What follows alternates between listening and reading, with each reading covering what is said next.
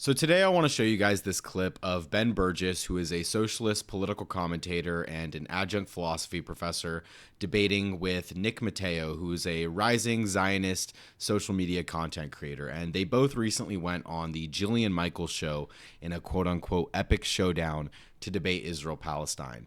And while the entire debate is pretty excruciating to get through, in fact, I recall Ben referring to this entire thing as a total waste of time, and I don't blame him.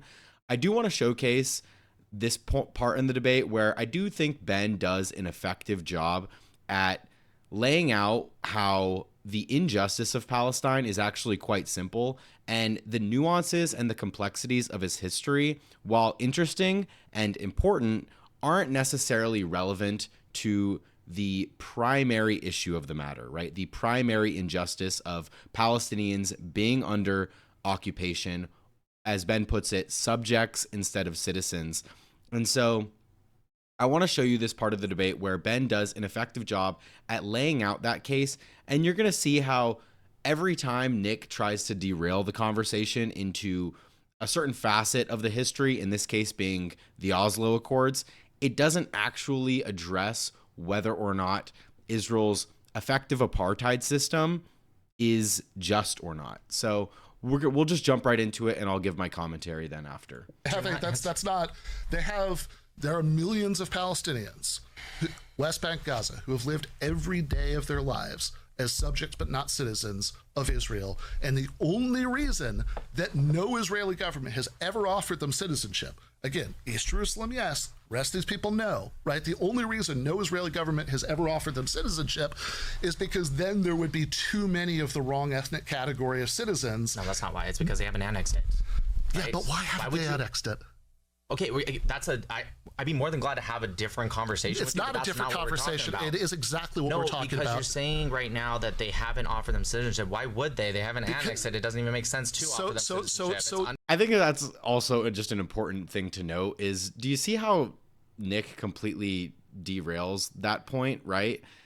What Ben is functionally saying is there's a reason why Israel doesn't formally annex the occupied Palestinian territories, despite them claiming, specifically the West Bank, that it is Israeli territory, right? It's the official position of Benjamin Netanyahu's Likud party that only Israeli sovereignty from the river to the sea, right? They refer to the West Bank as Judea and Samaria. The government facilitates the building of settlements, which is an indication that they do permanently view it as Israeli territory. Nonetheless, they play this dance where it's not formally annexed, and therefore they don't have to grant citizenship to the Palestinian people, right? Because if they were to formally annex it, right, if they were to internationally declare that it is recognized Israeli territory, well, then they've just admitted that they keep millions of Arab Palestinians within their borders and don't grant them equal rights, equal citizenship, or the freedom of movement, specifically because if they were to do that, it would ruin the demographic majority or demographic interest of Israel, right? So Ben points that out. He lays out that fact. And what does Nick say? Well, it's because they haven't annexed it, right? But then you have to ask the question, well, why haven't they annexed it? And it's precisely because of the point Ben laid out. And instead of addressing that specifically, Nick just returns to his earlier point and says, well, that's just a separate conversation, but they haven't annexed it. No, it's not a separate conversation. It is precisely the same conversation. Under the framework of the Oslo Accords right now, I think that's under the Palestinian Authority. Silly legalistic evasion. I think that they have, again, this gets back to the question, is Israel doing a temporary military occupation that will end at some point, or is it claiming this as part of its own territory? Now, it has acted like it's claiming it as its own territory since 1967.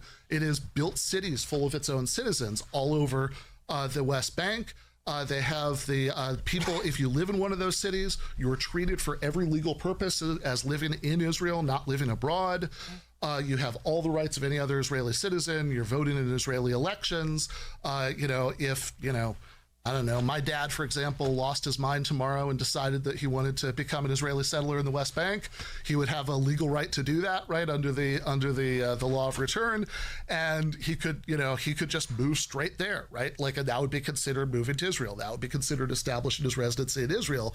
So they have treated in accordance with the Oslo Accords. I don't care about that. But it doesn't matter if you care about it or not. It's still a thing. I also don't like the Oslo Accords, but I don't get to say I'm going to ignore it. That's not how that works. In accordance with has no relevance to the point that's being made. The point that's, of course it does not, and I think you know that. The point that's being made is that Israel has treated the West Bank as part of its own territory for every purpose except one. That one is giving the people their citizenship. The reason that it hasn't done formal annexation, the reason it's done this weird dance that's like, oh, this is a temporary military occupation, except it's not, except it is, and oh yeah, we're gonna move hundreds of thousands of our own citizens to live on this territory permanently.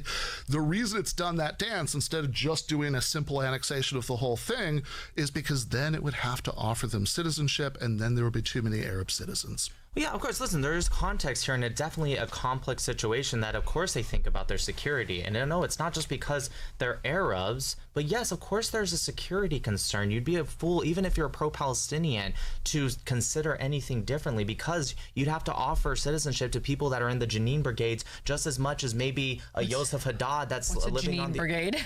It's a terrorist organization in Jenin. Got it. Go. Right? Sorry, yeah, no, it's okay. And so yes, of course, there is context here. So I'm not going to kind of keep trying to pull the conversation to this idea of like, well, why haven't they annexed yet or not? Of course, there's context that whether you're pro-Palestinian or pro-Israel, you have to acknowledge that. But to bring us back into the claim, right now it sounds like, and I don't want to put words in your mouth, so I'll ask you real quick, are you saying to come to these arguments, we have to ignore the Oslo Accords because you kept saying it doesn't matter at all? Because you were bringing it up where it has no possible relevance. They have the point is the Oslo Accords were signed by both. It's under treaty law. I know what the Oslo Accords. I know what the Oslo. It's an excellent point, and I'll just stop it here because you get the gist, right? The point that Nick is trying to make is that, well, you know, the way that the West Bank functions today is because of the Oslo Accords agreement, right? This agreement between the Palestinian Liberation Organization, which is now functionally the PA, and Israel, which separated the West Bank into areas A, B, and C. 60% of the West Bank functionally is under full Israeli control. Area B is under joint control between the PA and Israel. And because it's an agreement, right, it's under this auspice of, well, it's a consensual agreement between two parties. That's why it functions the way it does today. So, it may structurally be an apartheid structure, but they consented to it, right? So that's the way that Nick and these other Zionists attempt to frame the issue, that because the Oslo Agreement is an agreement that the Palestinians signed off on, they signed off on their own apartheid. Never mind the fact that the only reason why the Oslo Agreement was signed was A, because it was supposed to put Palestinians on a path to statehood, but B, it at the very least granted them limited autonomy in the major Palestinian cities, as opposed to a situation that they had prior to Oslo where they had no autonomy, right? Where Israel functionally controlled the entirety of the land. But now the status quo has worked in Israel's favor, and Israel does not treat that land and does not treat that agreement as interim, right? It doesn't treat it as being temporary. And so regardless of whether or not Oslo happened, that has no bearing as to whether or not Israel plays this dance of treating the West Bank as a temporary military occupation while simultaneously signifying that the occupation is actually never ending, right? That it actually is permanent, that there is a permanent nature to it. Hence why they continuously move people in. Hence why the rhetoric from the politicians sign off on the idea of it being Judea and Samaria, not the West Bank, right? Hence the idea of them saying continuously that there will never, ever be a Palestinian state. But formally, and to the rest of the world, they haven't declared it to be annexed territory, which is to Ben's point, right? And so I think this highlights a very important part of the discussion regarding Palestine. Is so many times you hear people say that it's too complex to address. In fact, Jillian Michaels does this routinely throughout this debate. And why she thought she was equipped to host something like this is totally beyond me, right? That she has utterly no clue, and admitted by her, right? She has utterly no clue in regards to any of the details about the history between Israel and Palestine, or Palestinian history for that matter, right?